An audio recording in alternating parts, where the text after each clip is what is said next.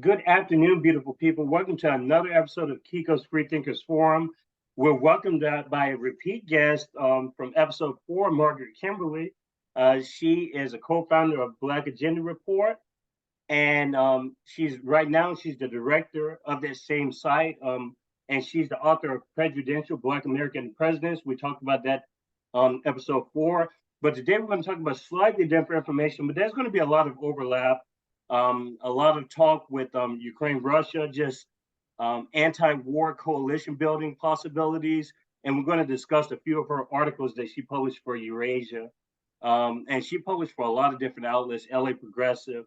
I think she's published for Counterpunch in the past. But regardless, I want to say welcome to the show and thanks for accepting that invitation. Oh, it's good to be back. Good to see you again. Yes, the audience is pretty familiar with you. Had a great, fun episode the first time around, and this one shouldn't disappoint either. I wanted to ask you, though, there's been so much that's happened since we talked about 6 months ago, just with the movement on the ground and all these news stories and everything else. But I wanted to ask you about the March 18th rally, the anti-war rally in Washington. You gave such a wonderful speech, and there were some other beautiful speakers there, Medea Benjamin, Eugene from Answer Coalition and the PSL people, Green Party, Jill Stein. There were just so many different, groups that came together that day. Could you describe that event, and what was the reception of it? Well, the March 18th, there was a rally and teach-in called by Answer Coalition, along with groups such as Black Alliance for Peace, Coalition, Code Pink for Peace, International Action Center. I think I said Black Alliance for Peace. And it was a couple thousand people in Washington, in Lafayette Park, which is right across from the White House. It's a lovely place in case you ever visit. But on March 18th, we gathered to, the action was called Peace in Ukraine. And we were united in an anti-imperialist viewpoint, and we see the US as the empire in question, to call for peace in Ukraine, to call for an end to hostilities, to call for an end to NATO, which is not this, warm and cuddly defensive organization. It's very much an offensive organization, as we've seen in Ukraine and in other places. But the US is and NATO and the EU are the cause of this problems. They instigated this war. They've been threatening Russia for decades. Russia's, they call it their special military operation, which they launched last February, could have ended very quickly. They were willing to talk to Ukraine. They were talking. Ukraine and Russia were talking. The Turkish government was hosting these talks in Istanbul, but the US and the UK scuttled those talks. And since that time, more than 100,000 people have died. And for those who say they want to stand by Ukraine, more Ukrainian soldiers have died than Russians. So it's about 100,000 Ukrainians, about 20,000 Russians. Now, the source I get is that, and others are using, is the BBC. And the BBC is very biased, very much anti-Russian. I don't think they would say there were fewer Russian deaths if there weren't. But anyway, I don't want to digress too much. But this war was born out of the US desire to contain Russia, to make Russia subordinate to the US and its allies, to encircle that country. And of course, nobody wants that to happen. You're talking about a major military power. And of course, they're resisting this. And so we're calling for good faith talks on the part of all parties, and for an end to this imperialist imperative, which is the cause of this and so many other crises around the world. So I think that sums up pretty well what it was that we were calling for, and we're mobilizing and trying to get other people to speak up, because I don't think most Americans want, I think it's now $115 billion of their money to go to, and people say go to Ukraine. It's going to the military industrial complex. It's going to Raytheon and McDonnell Douglas and Lockheed and all the rest of them. It's money that does not go to the people. The organization I wear more than one hat, so I'm in leadership of both the Black Alliance for Peace, United National Anti-War Coalition. Black Alliance for Peace calls for cutting the defense budget in half. And you cannot do that if you have these endless wars, these forever wars. You know, they stopped one in Afghanistan, I think, and just moved it to Ukraine. Excuse me. And I say this all the time, you know, it's antithetical for a country that involves itself, interferes in the affairs of other countries, that an imperialist nation, to also take care of its people. So you're not going to have, I mean, what's been happening lately, all the COVID era programs, safety net programs are ending. So the SNAP benefits, there are millions of people who had SNAP nutrition benefits, the old food stamp program, as it was called. Now it's Medicaid. There was automatic Medicaid enrollment. That's ending. That means people are going to get kicked off. People who should be on, even by the rules of their state, are going to be kicked off. It's inevitable. So in order to have a country that cares for its people, there's so many reasons to end this this belief that the U.S. can and should have hegemony over the rest of the world. And this is a perfect opportunity for us to look at that, to look at the consequences of it. Ukraine has been harmed. Ukraine is wrecked in so many ways. The so-called allies of the U.S. doesn't really have allies. It only has vassals and enemies. But anyway, countries that are supposedly allies, like Germany, the U.S. blew up their Nord Stream pipeline, created inflation, cut off the energy supplies they needed from Russia. And Germany approached Russia, by the way, to build the Nord Stream pipeline so they could stop using nuclear and coal. And so it benefited them to have natural gas come from Russia. So you have these sanctions that are kind of phony, because it's kind of complicated, but Russia will sell oil to A, who then sells it to B, so they can say, oh, there's sanctions against Russian oil, when there aren't. Russia's doing, frankly, much better than European countries. They are literally out of weapons. They are scrounging Europe. Now it's South America. They asked Brazil for weapons. The U.S. had weapons in Israel and removed those so they could send them to Ukraine. They're trying to force them to have this counter-offensive, which will harm their country even more. So all of that needs to stop.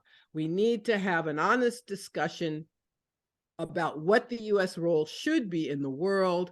And we want to encourage people to speak up and to, you know, we talk so much about democracy, to really have a democracy where the people play a role, but that can't happen unless people are mobilized.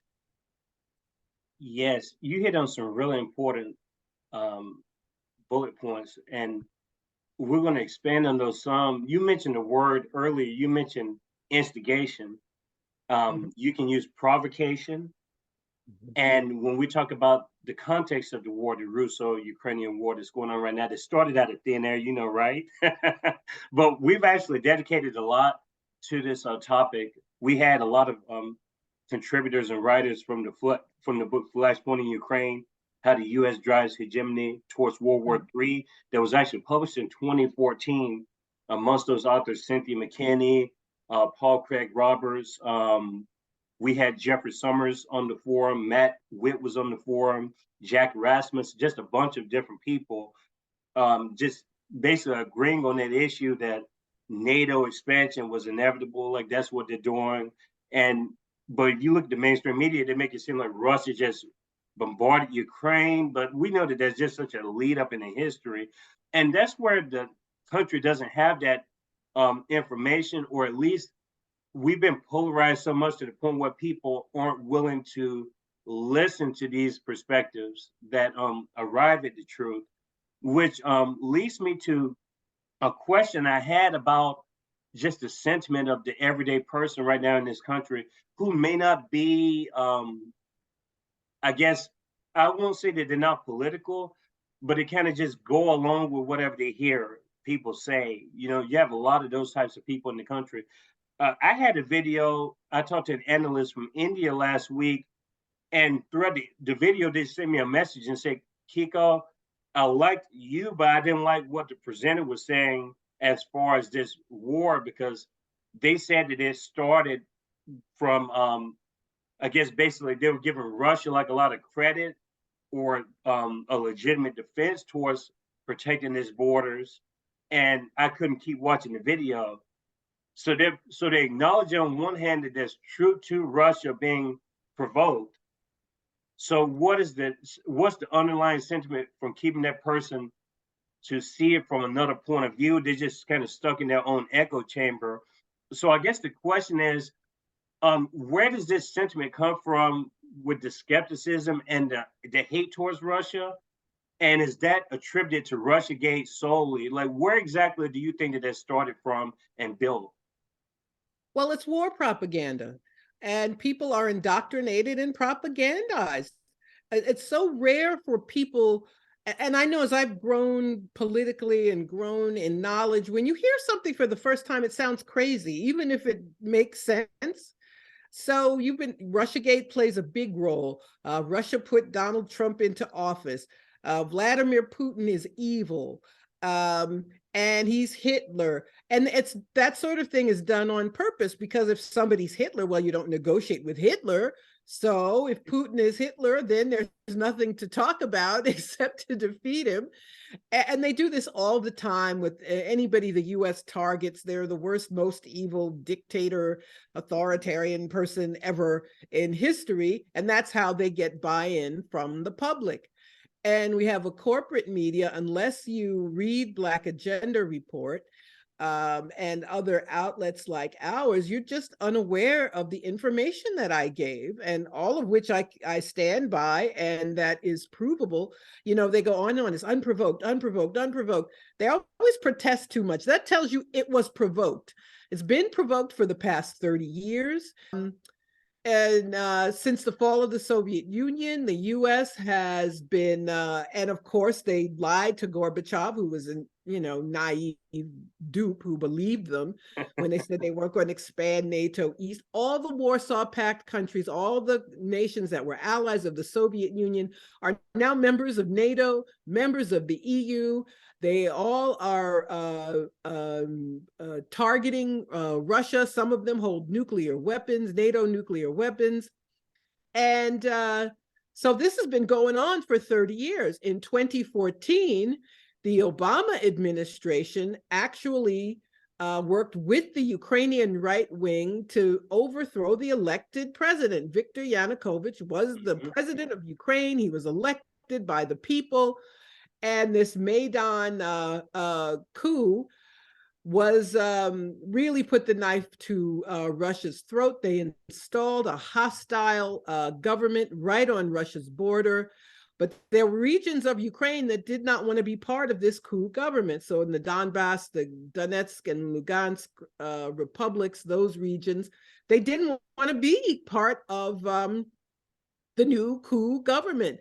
And there was a process, the Minsk agreements, Minsk I and Minsk II, that were supposed to give those regions autonomy, give them language rights. The right wing wanted to wipe out the Russian language. Now, many Ukrainians are bilingual. So everything you hear now about how, Russia's forced their culture and language on them, it's one of the problems Ukraine had as a nation that was divided and polarized, but it was for them to figure out, not for the U.S. to insert itself, to choose sides, to aggravate a conflict and then to undo the Minsk agreements. So there were supposed to be guarantees for Russia and Ukraine, autonomy for the regions, as I mentioned.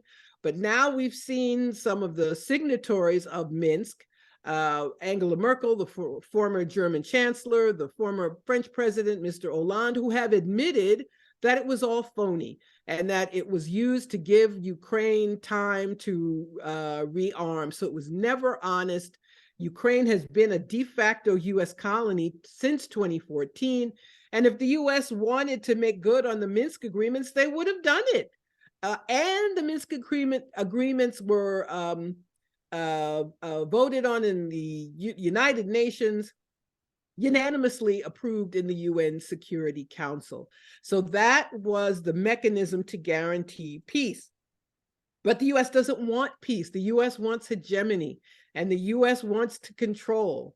And so last year, actually starting in the end of 2021, they were instigating the Ukrainian military to attack the Donbass. They were shelling the Donbass, and they were daring Russia to come in. And their stupid plan was for Russia to come in, and then they could sanction Russia, and this would wreck the Russian economy, and Vladimir Putin would be history, and none of which happened.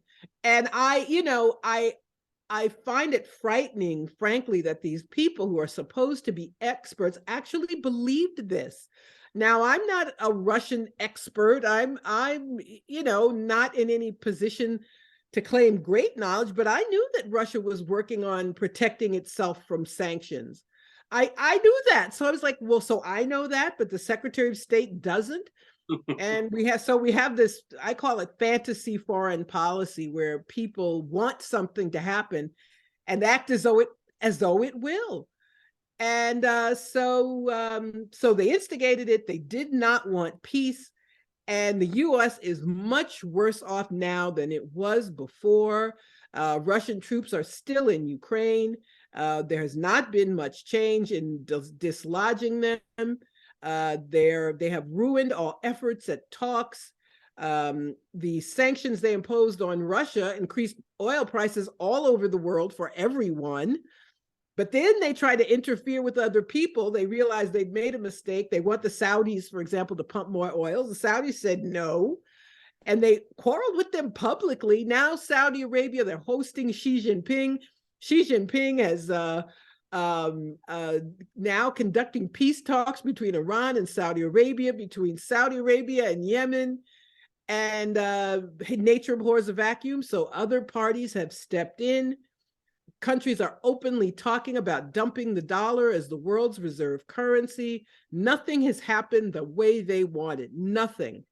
And this idea that you can't do anything else comes from propaganda. So the New York Times, I'll give you an example. A couple of days ago, the New York Times wrote an article about Nord Stream sabotage, the explosion of the Nord Stream pipeline. And they interviewed people in Scandinavia. I think it was, I shouldn't say, one of the countries in the Baltic that the pipeline went through. And they were like, nobody knows who did it. And maybe we should never know. Now, they never once in this article mentioned Seymour Hersh, the investigative reporter, who in February wrote a 5,000-word article on his Substack showing how the US did. Common sense told you the US did it, but they don't mention Seymour Hersh at all. And that's why people like that viewer are so uncomfortable. There's too much cognitive dissonance. If you're told the US is right and good and Russia is evil and bad and there's nothing else for you to know, and if you introduce some new information, it's very difficult for many people to take in. Very well documented. I think it's just a matter of people dealing with their minds. It's the struggle with their mind, is the cognitive dissonance that you just mentioned. It has to be what it is. And I don't know, at least me, we won't talk about the article right this second, but I was thinking about the COINTELPRO article that you wrote that we're going to discuss later, just how it's just a dead end. It seems like there's never going to be coalition building if you got this type of a mindset, because you have this tug of war going on, and you have people. You can't say that you're open-minded enough to certain ideas, but then you're still following that mainstream media is still grabbing your attention, and it's just once you break away from that, maybe there's more possibility of you being receptive. But I see the trend going on, and it's like they find 2 to 3 year cycles to wrap them right back into the same propaganda, where they may have had a brief period to where they take a break from it, but then it's like they go right back to the same rabbit hole of the mainstream media again. And all these companies are complicit, like you said. The New York Times or the Post. You mentioned in the article how Bezos, one of the richest people in the world, owns the Post now. So I mean, it's just ridiculous. Yeah, it is. It's very hard, and it's all by design. And, you know, people like Seymour Hersh used to work for major media. He worked for the New York Times. He worked independently, but he was also a foreign correspondent for the New York Times. And I think about those moments. There were times when they would, the Pentagon Papers that Daniel Ellsberg released. Today, they wouldn't do it. They would not do it. And we have like this, we have the means through these platforms to get more information, but most people still depend on corporate media. And that means they are being propagandized. I don't know how else, what other word to use. That's what it is for sure. It's like beating a dead horse, but I can't find a better word to describe it either. I wanted to talk some again before we get into the articles. You mentioned AFRICOM in your speech on March 18th. Can you clarify to the audience what it is? Because you also mentioned that in our first episode 4, just so the audience knows exactly what that is and how you're trying to bring attention to that. Sure. The United States has divided the world into military commands as if it owns the world. So there's a NORTHCOM, the Northern, the U.S. and Canada, Southcom, Caribbean and Latin America, Indo-Pacific Com, most of Asia, CENTCOM is most of Western Asia or the Middle East as it's known, and there's an AFRICOM, U.S. Africa Command. And it started at the end of the George W. Bush administration, but really grew under Obama. Basically, it integrates African militaries into the U.S. And it's an effort, obviously, to control these countries, to control their politics. It's also an effort to counter Chinese economic influence in Africa, which is only growing through the Belt and Road Initiative. But you know, as Black people, we have to oppose NATO. NATO destroyed Libya. You know, it's the North Atlantic Treaty Organization. How did they decide to destroy Libya? So it's the U.S. and NATO. There are 800 U.S. military bases, U.S. and NATO military bases all over the world. They work with the former colonizers like France. African countries are trying to finally really kick France out of Africa, kick the military out. And so they can make their own decisions. But the U.S. Africa Command is a central part of these U.S. command structures, which, you know, the goal is domination. The goal is to keep resources in these countries for the U.S. and its friends. And it obviously means that people in these countries don't have sovereignty and don't have a say in their countries. And there's nothing good about military spending. There's nothing good about militarism. And Black Alliance for Peace, we have a U.S. Out of Africa, Shut Down Africa campaign. And we always point out that there's no divide between the domestic and the international. So when you depend on militarism around the world, well, guess what? You have militarized policing here.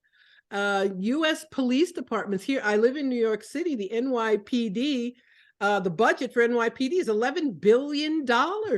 And we're told, oh, no, you can't you can cut everything else, libraries, education, everything else that helps the people, but you can't cut the police budget. If you combine the budgets for policing in the United States, it's as big as the military budgets of most other countries. And so then you can't be surprised when the police kill people with impunity. And by the way, police in this country kill an average of 3 people every day. It's always more than 1,100 people a year. And there are very direct connections. There's it's called the 1033 program, where surplus military equipment is given to police departments across the country.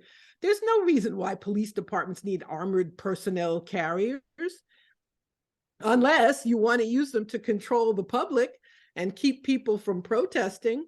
So we say shut down AFRICOM, shut down all the military structures, cut the U.S. defense budget in half. It's now $880 billion. It's a huge amount of money, and that is money that could be directed to help the people. But as I said before, that means a bigger change, and that is what we should be striving for. Yes.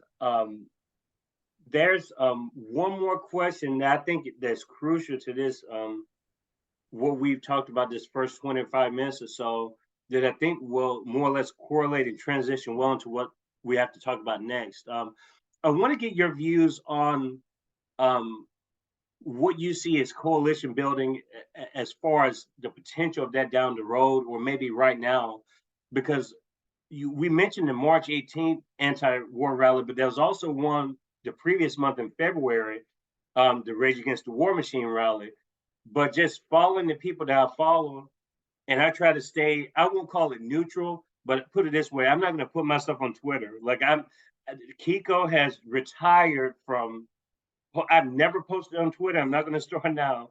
And Facebook, I've retired from it. I got shamed so bad a couple of years ago. And I'm like, I'm going to focus on my content and bring on quality guests. And we're going to have great discussions and maybe help, build things from the outside that way. But what is the deal with those people that participated in the Rage Against the War Machine and then the people in the March 18th? There was some overlap, but it seems like there's a friction between groups who agree on an issue, but they can't seem to work together. What's your view on that whole idea? Am I unmuted now? Yes, the Rage Against the War Machine. It was a strange group of people. It was like the Libertarian Party, the most conservative elements of the Libertarian Party, but they invited people who had anti-war reputations, for long-standing reputations, and I think they invited them to give themselves cover, frankly. But Black Alliance for Peace was not invited. United National Anti-War Coalition, the groups I'm involved with, were not invited, and which was okay, because we are anti-imperialists, and to say that, well, we invited I don't know, Rand Paul or somebody else that I have is truly problematic for me. There are people who argue, well, this is an emergency, and it is. We could have nuclear war. We could. And so we have to join with anybody who wants to stop this war in Ukraine. I don't believe that's true. I don't see how involving libertarians in a march moves the needle at all. The problem is imperialism. So if you're not anti-imperialist, or if you, for example, I know libertarians say they want to cut the defense budget, but they are also in favor of getting rid of the safety net. So I can't just say, well, they want the US not to be involved in Ukraine, so I'm going to forget everything they ever said or did. I cannot do that. Now, some people did, and I made a decision not to fall out with anybody who participated. There are people I respect who did choose to participate. I still respect them, but there's always a struggle. There's an ideological struggle, and I think that's just fine. But as I said, my groups weren't invited, and that frankly was okay. But I think it showed that lack of organizing experience showed and made that effort less impactful than it would have been. There were ties with the Movement for a People's Party. I don't know what kind of party it is. I don't think they run anybody for office. They're maybe Jimmy Dore is going to run for president. There's Movement for a People's Party. So, there were, things going on I couldn't understand, but I was very comfortable sticking with the groups I know who have a long-standing history of opposing U.S. intervention, and I left that for other people. It's interesting because the forum has its view, but if people look at just the people that I bring on, there's really a variance of ideological points, and that's for people to piece things up for themselves, because I'm still piecing this together. But sometimes if you listen to what people are saying, that's almost enough that you need to do for yourself to make your own decisions going forward, because I definitely listen to what you're saying for sure, and I kind of connect the dots. I can read between the lines, but people who are growing this political knowledge, I think they will get there for sure. But you have to contextualize all the different people I bring on and understand those connections, because like Margaret was saying, I think people are anti-war for completely different reasons. They stated they're anti-imperial for completely different reasons. And does that matter? Yes, it matters. Ultimately, because I think what we want is completely different from what those people want. But I do agree that coalition building is important, especially if we get to a situation like we're in right now, where I think the U.S. is just so desperate to the point where we're going to provoke anyone we can to start anything we can outside of this country when it comes to disunity in the world. And I think a lot of that goes into your article where you talk about COVID in China and just this fear mongering of China. I mean, it's just like Russia. The U.S. is in such a desperate situation that they painted China and Russia just like those are the bad people, and we have to fight them with all of our might. And that's what it seems like. I mean, China's been created into this boogeyman. I mean, it's embarrassing to me. They cannot diminish China's economic prowess. They can't. It's a wrap. It's done. And they did it by deindustrializing the United States, by saying, okay, let's let China into the World Trade Organization and they can make cheap stuff to sell at Walmart. But they took the ball and ran with it. And now they have, some people say, the second biggest economy in the world. Some say they've already surpassed the US. The Belt and Road Initiative, they have economic ties all over the world with their infrastructure projects. That can be problematic. I don't want to say China is all good either. But China is a world power, a military power, an economic power, and the US is not going to be able to subordinate them, but instead of, and China for a long time would not oppose the US. They called it the win-win. Leave us alone, let us make money, you don't bother us, we won't bother you. But the US, can't take no for an answer. And so now you have these ridiculous hearings about TikTok. And that's about giving US platforms an advantage in the world. There's nothing around TikTok spying on, no more so than any of the other platforms. If you're online, you're being spied on.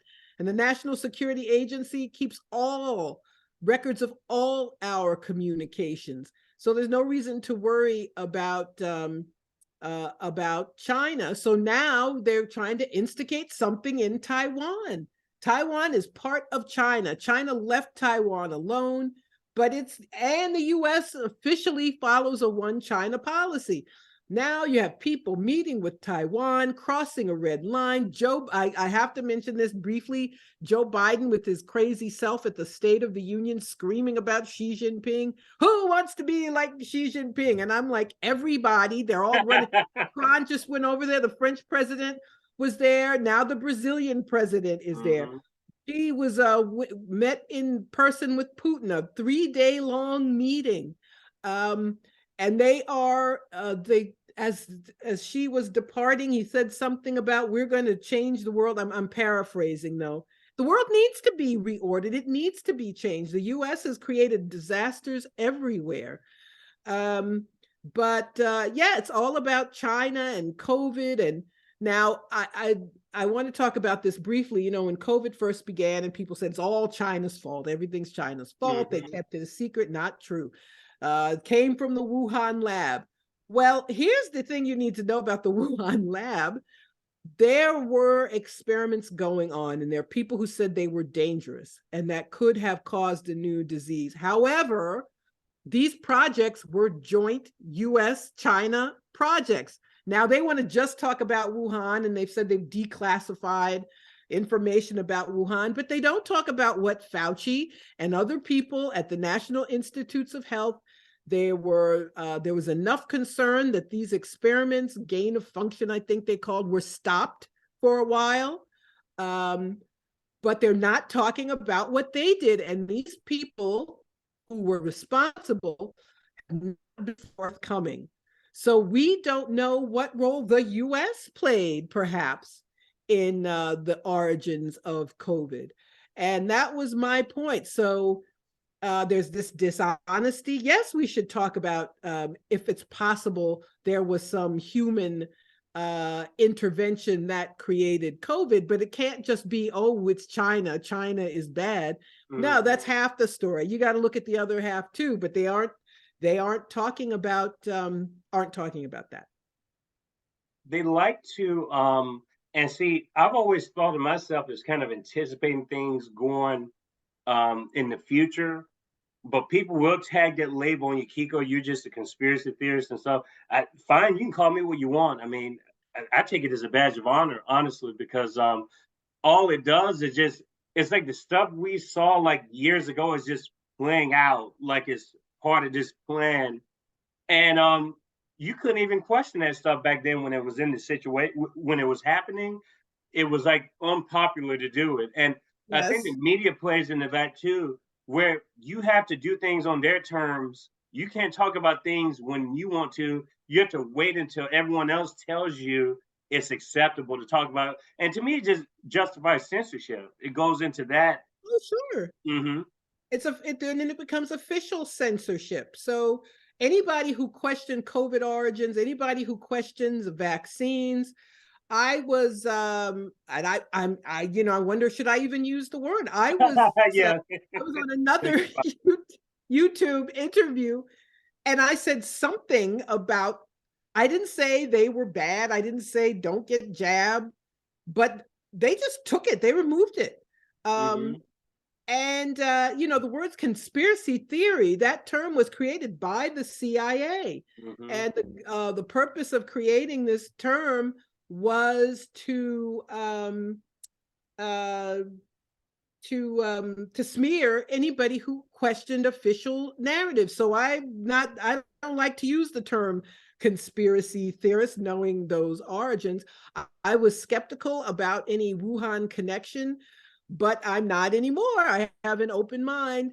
And there were people who did things they shouldn't have been doing, and they haven't been forthcoming. So I don't believe that they say, oh, it's an animal origin, except they can't find the animal. But then after talking about Wuhan, suddenly they were like, oh, there's a raccoon dog in China. And then I was like, wait a minute. All this time you said you couldn't find an animal connection. Now you're coming up with a raccoon dog. So you have to question.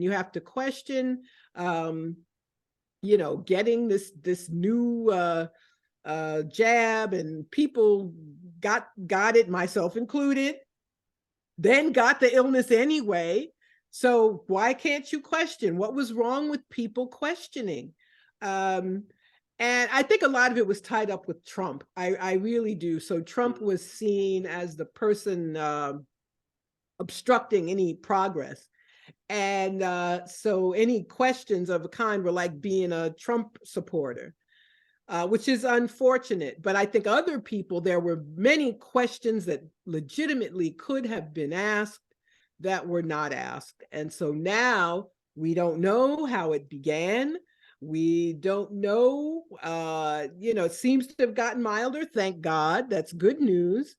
And if there was some human intervention involved, we are not going to know it because there are people who are not interested in finding out. I think reading your articles, it just reaffirmed my views that I had about um, how people are just covering up a lot of this stuff. One cover up in particular that I completely share disagreement with is it COVID kind of provided cover for the failed healthcare system that we have, and Yep. we talk so much about pharmaceutical products, and we talk way less about, to me, what I thought was the actual root, and just like being exposed right there. If you want to lift over the sheets, I mean, it tells you right there. If we had some kind of a healthcare system, we're supposed to be this country with all these resources and the richest country Yes. ever, and millions of people died.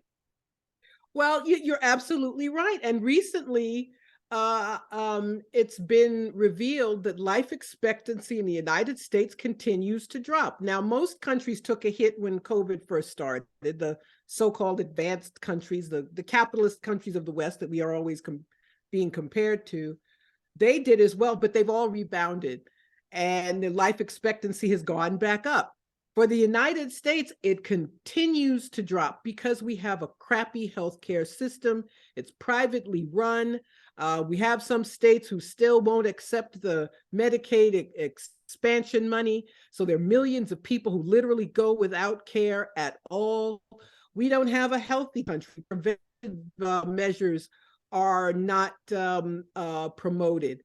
So, the U.S. is, when I hear people say we have the best healthcare system in the world, I'm like, we do not. That is a lie. We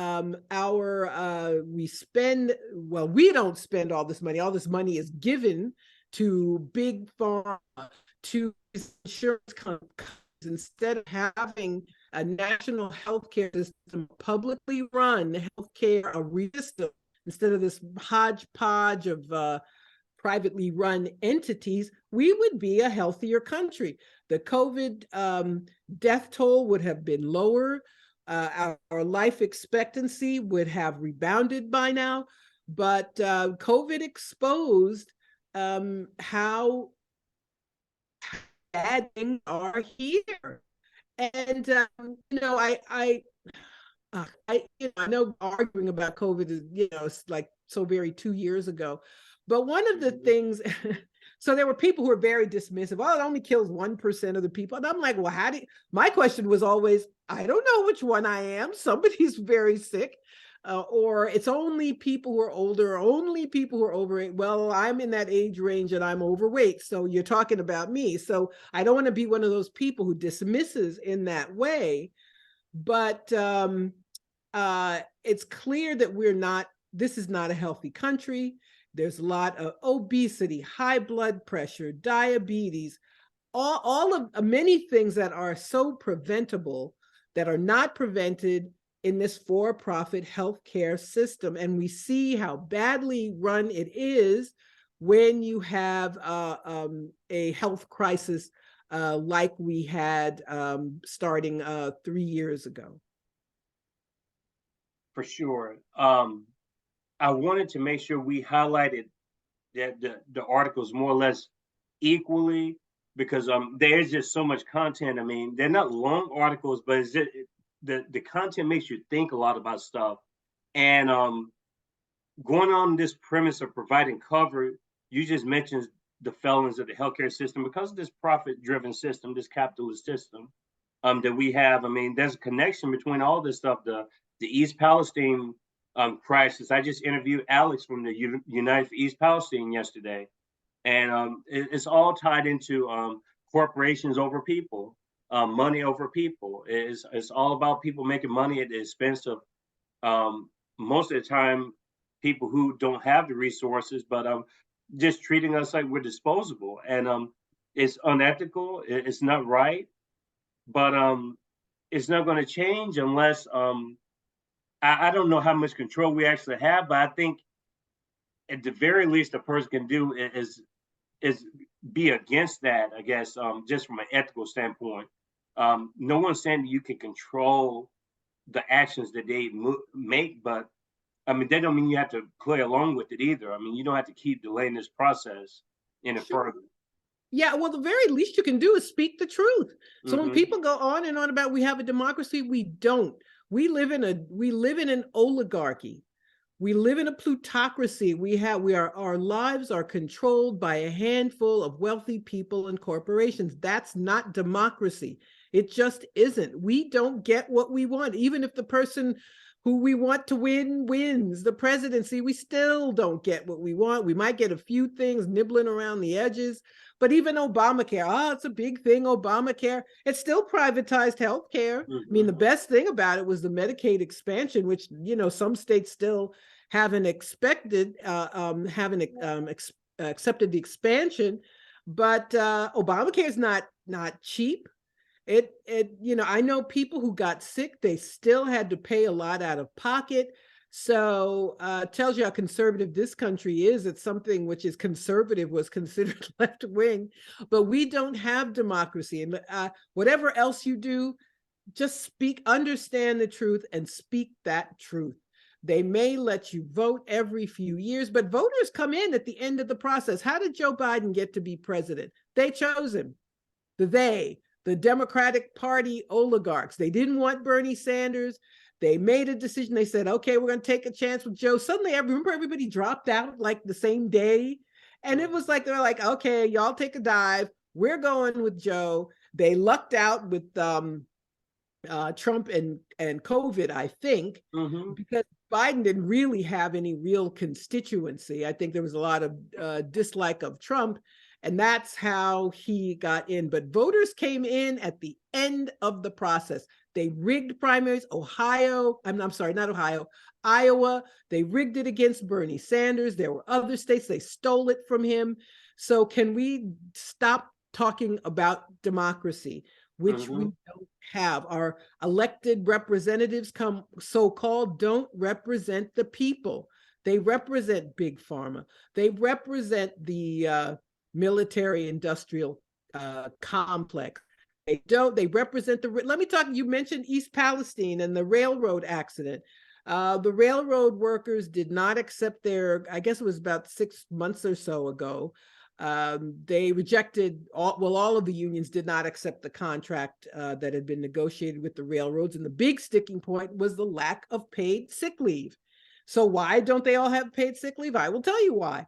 Obama signed an executive order towards the end of his term requiring all federal contractors to provide paid sick leave. But railroads were exempted. That means if Biden wanted the railroad workers to get paid sick leave, all he needed was an executive order. He didn't have to go to Congress. He could have just done it, except we weren't told that. There was a big story about how they basically forbade them to strike. The Democrats went through, it was a good deal. It was the best deal we could have gotten. So-and-so, who's a railroad worker, vouches for us. It was all a lie. Biden could have done it. But that's what happens when you live in a plutocracy. That's what you get. You get lies. You get workers being stabbed in the back. We have people in this country who are struggling and nobody talks about them. I mean, they were temporary, the child tax credit, the Build Back Better we were supposed to get, the student loan debt, the relief that hasn't happened. There's no urgency on behalf of the people, and whatever else you understand or think you can or cannot do, you should at the very least tell the truth. But you have to know it. That's why you have to read blackagendareport.com. 100%. I'll definitely be plugging in all your information at the end of the episode description. You mentioned something about just the activity with the railroad unions. I want to plug this in. Locally here in Tennessee, Nashville, one of the largest worker cooperatives in the South is called Workers' Dignity, Dignidad Obrera. They fired all of their workers that were unionized last week. Just to give an update on that, I'm going to do a special episode myself because people are going through crisis management right now, so I can't really get people on camera. But that kind of stuff is happening like all over the country. You have these people just they say that they're pro-union, they want to protect the workers, but the exact opposite is happening. So people are lying to you constantly. Margaret just exemplified the gravity of the lies. I mean, it's coming from local levels and national levels, and it's really just a combination of people. But like I said, that's what the system is designed to do, is doing what it's supposed to do, protecting the people that are harming everyone else. And it's just this harm reduction cycle every single month, every single year, it seems like. But something you said that was interesting in the article, the 20 years after Iraq, corporate media defends us. I think you wrote it for Eurasia. Something I never really thought about. I think Trump is deep state anyway. First of all, I think Trump is all these people are playing their roles. Bernie Sanders, all of them. I don't trust any of them. They're all playing their roles. Bernie, he sits down when he has to bring people back into the Democratic Party. AOC does the same thing. That's what their role is. And Trump's role is to do the exact same thing, just in different ways. But the media is protecting him because he has this personality and this reputation that he's like the outsider, he's the fighter. This billionaire is a fighter for the people. But in your article, you say yourself how this American Service Members Protection Act doesn't even, it basically protects all these people who are the war criminals. And Trump is one of the war criminals. But instead of them talking about his war crimes, they're talking about him having sex with a porn star. But that's to throw you off. And so, yeah, sure, they throw your mind into that realm, but they're covering up like the more serious things that he's doing. And so it's all a game, in my opinion. So people saying like, oh, he's getting like condemned and stuff, but not, if you read this article, you definitely have a different point of view, I think. Yeah, so Eurasia Review does reprint what I write for Black Agenda Report. Lots of people reprint us, which is fine. I like it. It gets spreads our work farther. But the point I was making, it was around the time they said Putin was a war criminal and the ICC issued a warrant for his arrest, and everybody said, Putin's a war criminal. Well, the United States, like Russia, did not sign the treaty which brought the International Criminal Court into existence, and the U.S. went further with this law and prevented any American from being tried at the ICC, and went so far as to say the U.S. has the right to invade The Hague and bust somebody out of jail should they fall into the hands of the ICC. So when they talk about somebody else being a war criminal, you have to keep that in mind. And I was making a bigger point. I think this prosecution of Trump here in New York for falsifying business records, which can be a misdemeanor. Now they're saying he was using it for election fraud or trying not to pay taxes, trying to turn it into a felony.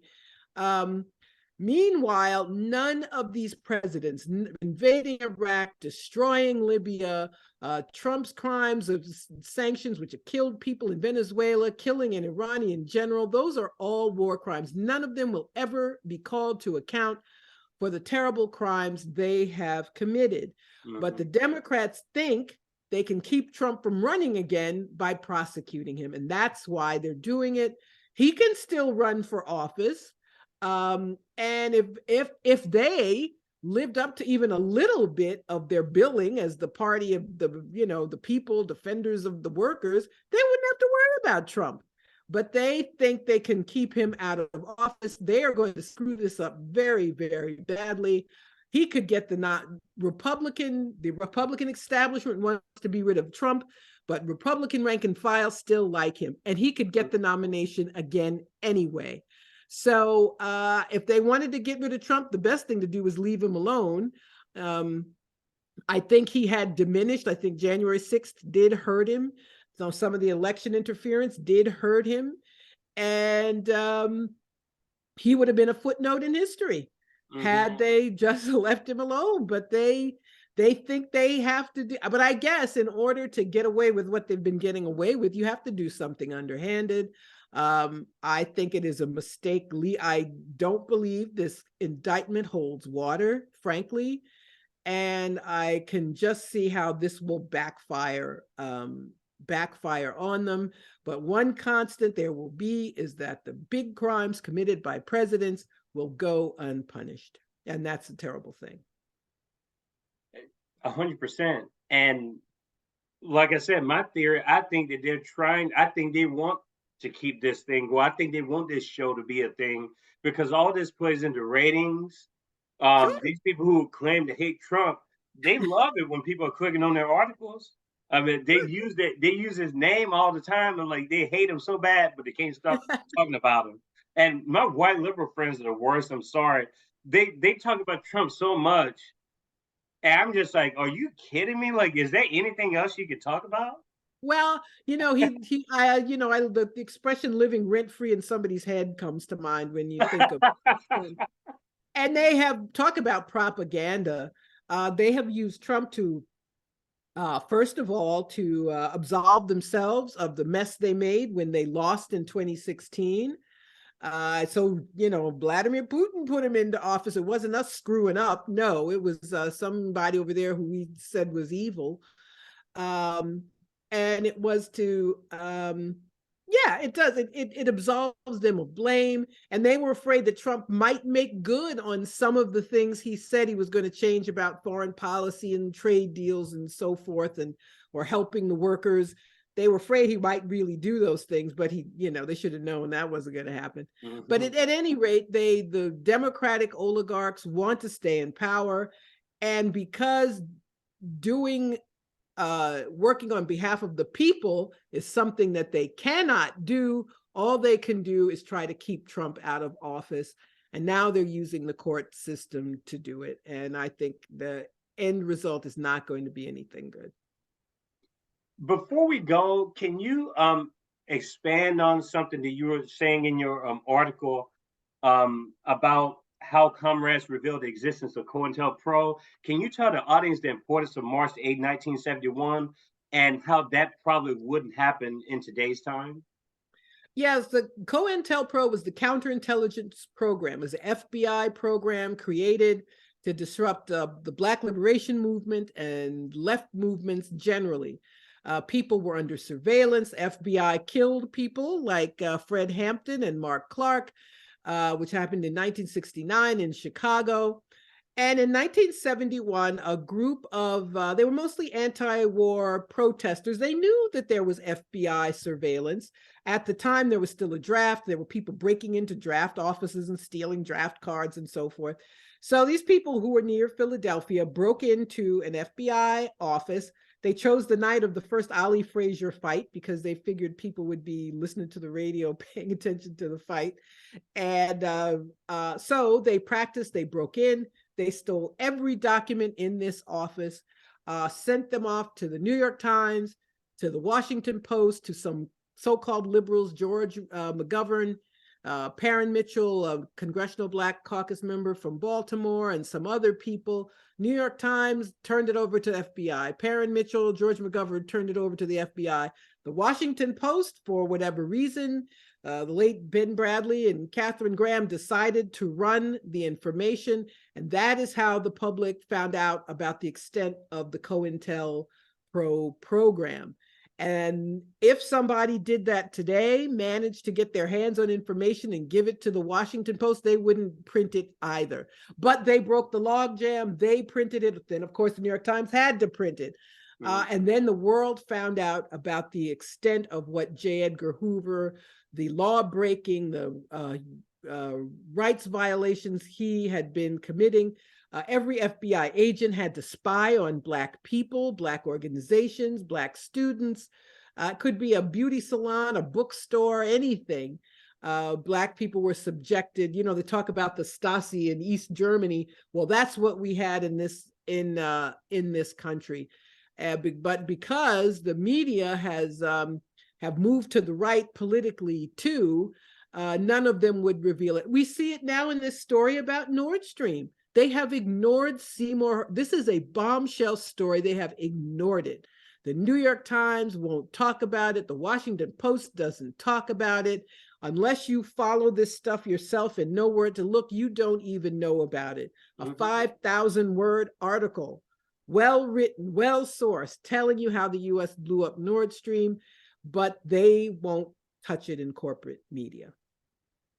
I mean, it's just like they did with the Hunter Biden story. And to me, if you're covering up something like that, there must be some significant condemnation of something. There must be something in there for them to cover it up like that. Like, what would it implicate? Well, Biden is vice president. Ukraine was his baby. He was in charge of Ukraine as vice president under Obama. His son got this, he was on the board of a Ukrainian gas company, made $50,000 a month to do nothing, just to have the last name Biden. One of the emails on his laptop, someone said to him, "Thank you for introducing me to your father." Now, Biden had always said his son was on this board, but he had nothing to do with it. And that is what spooked them, that this news broke towards the end of the 2020 campaign season. And so they worked with Twitter, with Facebook you couldn't share a link about this story on Twitter. I mean, they worked with the Biden campaign to try to kill this story. Now, I happen to think it would not have stopped him from winning. I think they probably should have left it alone. But, you know, we knew where Biden stood on Ukraine, and we don't know who his son introduced him to or what Biden may have done, but it was something they could have left alone. But the optics were bad. So they succeeded in quashing the story, but the story now lives on because of their bad decision. And it tells you how the state works with these big tech platforms. And now the new owner of Twitter, Elon Musk, revealed it, although he's, you know, got other issues. You can't be a big, you know, fan of Elon Musk. Do you have any updates on the Julian Assange situation? I followed some. I watched the Belmarsh Tribunal that they had in DC. I've had a couple people on a few episodes, but I haven't really followed Assange the last month, to be honest with you. Yeah, apparently today is the 4th anniversary of his being arrested in Britain. The U.S. interfered with the government of Ecuador to end his asylum in the Ecuadorian embassy in London. The British have kept him in prison. The charges he faced, you know, if it's more than 100 years in prison because someone leaked to him. Bradley Manning leaked to him information showing the U.S. troops murdering Iraqis and murdering some journalists. And so these charges came up. It was a Trump prosecution, but Biden has continued it, just like he continues everything else Trump did in foreign policy. Julian Assange is still in jail in Britain, but he could be extradited to the U.S. I think they're trying to decide if it's worse to extradite him. Holding a trial here is worse, but he's been indicted in the is it the Southern District in Virginia? Yes. Or is it the Eastern District in Virginia? Maybe Eastern. I can't remember, but this court is a hanging court. Nobody's ever acquitted, ever. And that is where they try these, it said he's violated the Espionage Act, and Obama did this. You know, people who, whistleblowers were tried for espionage. And this is the culmination of something that Obama started and Trump continued and Biden continues, and he's been indicted in this court. And if he's extradited there, he is going to be convicted and he will go to jail. I think they're hoping he dies in jail, frankly. They don't want to let him go. They don't want to give him a win. but they want, he's a perfect example. It's like, well, if you're thinking about blowing a whistle, if you're thinking about leaking anything, you could end up like Julian Assange. And so I don't believe there has been any movement. I know his father and brother have been traveling around the country in support of him. His own government, the Australian government, has tossed him under the bus because they're such lackeys of the US. They have never defended him. So all that to say, as far as I know, everything in his case is status quo. Yes, and unfortunately, this goes back to the Russia smearing. Everything that's not desirable, they just had a Russian label on you. Do you see how Twitter all of a sudden everyone's got government funded media now next Which to their is name? what it should have said all along. It's like they were like Chinese affiliated media, Russian affiliated media. Well, NPR does what it says, whatever the State Department says. So fine, call them government affiliated media, call the BBC and the New York Times government, because that's what they do. So, you know, Elon Musk, he's funny. It's like 1 minute you hate him and then he does something, you're like, well, yeah, I can't argue with that. Right? I sure can. You mentioned that in that last episode. You said when that report came out against Black Agenda Report, these people polling and rating the podcast and all the different news, alternative news, and they had you all in the far left and the propaganda and everything. It had Russian propagandists, proper not. Yes, we were Russian propagandists, which we were proud to be on the list. It just showed we were independent. So we didn't have any reason to object to being on the list. But the fact that this listing exists and this labeling of individuals and news sites as being Russian or Chinese because you deviate from the establishment narrative is indeed a very bad thing. It's a form of censorship. And I think that's why Assange is also like in public opinion, because I see people are using Assange as almost like a litmus test in the eye of public opinion, because I've seen people completely make 360 turns when it comes to Assange. They hated him 1 minute, then they were sympathetic towards him 1 minute, and now it's like they're right back where they started again. Well, that's why they tied him to Russia. They say, you know, he's the one who put Trump in the White House, not that the, you know, dumb Hillary Clinton put Trump in the White House. So all you do is claim, well, hey, you know, Trump wouldn't be president if it weren't for Assange, or he was working with Russia. You know, he hacked and gave information to Russians. Somebody at the DNC leaked to him. That's what happened. And that's why those emails that embarrassed Hillary Clinton came out. I don't think that's why she lost, though. But even so, if that is why she lost, they weren't lying. They revealed that she was cheating Bernie Sanders. That was just a fact. And she wasn't smart enough to do the most basic thing of getting out the vote and making sure she got those, you know, relatively small numbers, 78,000 votes. How do you raise $1 billion and then you can't get 10,000 more votes in Michigan? But that's why Trump ended up being president. And so, of course, you need this tall tale to, and people are still loyal to her. I'm like, how are you loyal to the person who lost to Trump? I'm sorry, she spent all these decades scheming to be president, and she lost to a guy who didn't even think he was going to win. But anyway.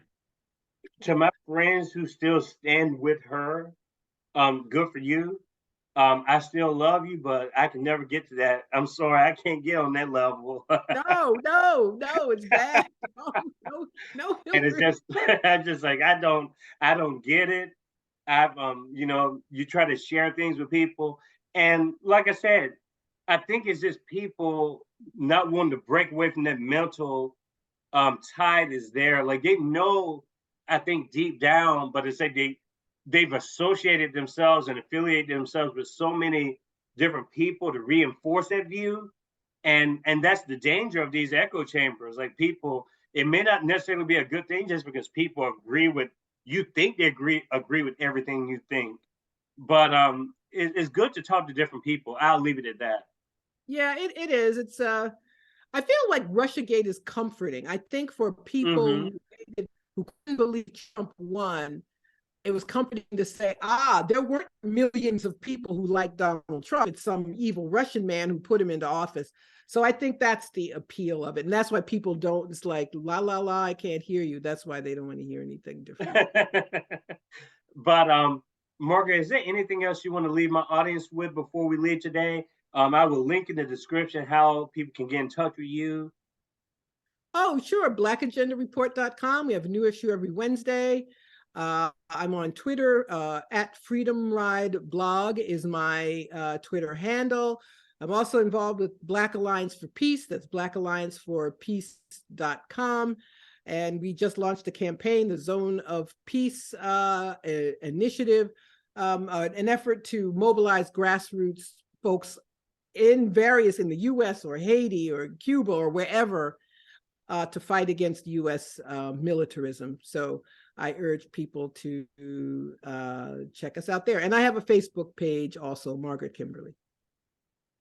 And do you want me to link that into the description of your Facebook page?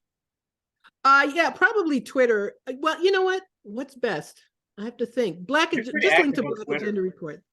That's best. Okay, I'll definitely do that. And just so the audience can know before we leave, I want to get this in so I can hold myself to it.